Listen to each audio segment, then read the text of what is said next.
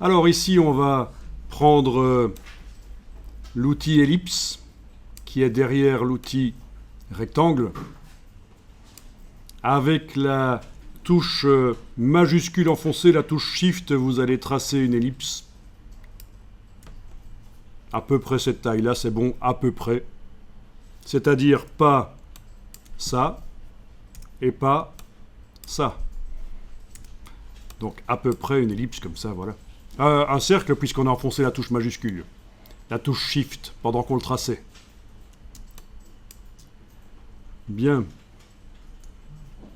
Vous allez prendre l'outil flèche blanche qui sert à manipuler certains points d'un objet. Vu que la flèche noire, ou vu que l'objet vient d'être fait, j'allais dire vu que la flèche noire vient d'être utilisée, mais dans ce cas-ci, c'est vu que l'objet vient d'être fait. Tous ces points sont activés. Donc avec la flèche blanche, si on essaye de bouger un des points, ça bouge tout l'objet. D'accord ? Logique.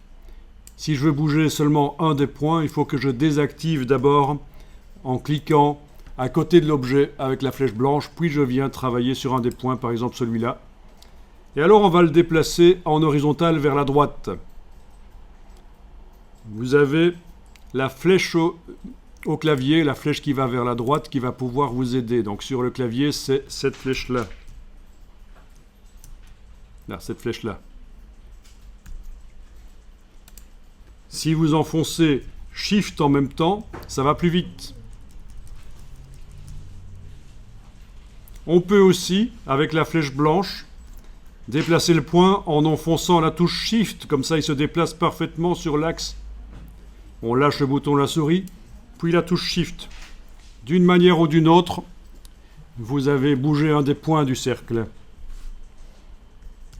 Ce point d'ancrage, A-N-C-R-A-G-E, ancrage, ce point d'ancrage a une tangente. C'est grâce à ça qu'on a les courbures comme ça.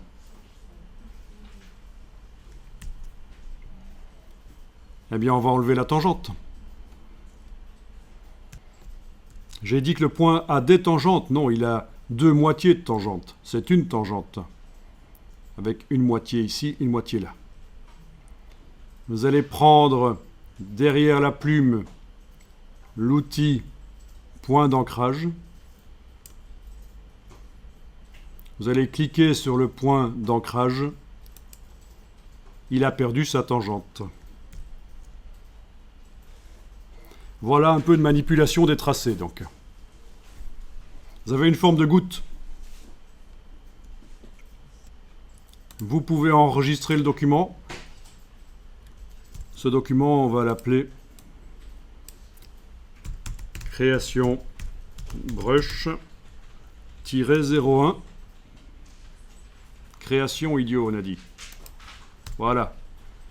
Je le mets sans accent, c'est une habitude pour qu'il n'y ait pas de problème avec l'informatique et certains systèmes.